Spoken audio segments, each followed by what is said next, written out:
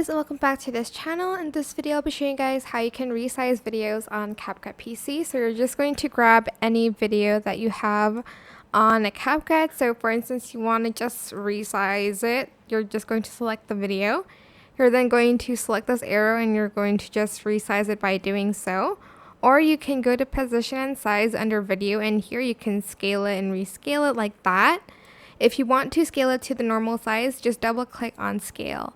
Now what do you want, what you should do if you want to like resize the frame ratio is you're just going to select this bit right here and you're going to select the frame ratio that you want. Then from there you can resize it again if you'd like to fit the frame ratio. And that's pretty much it. I hope this tutorial was helpful for you guys. Don't forget to like, comment, share. Also subscribe to this channel if you have not done that already. If you have any more questions, just leave it in the comment section down below. I will try my best to answer them all for you guys. And if you found this video helpful, please click the thanks button above the description box down below. Thank you so much for watching. Bye!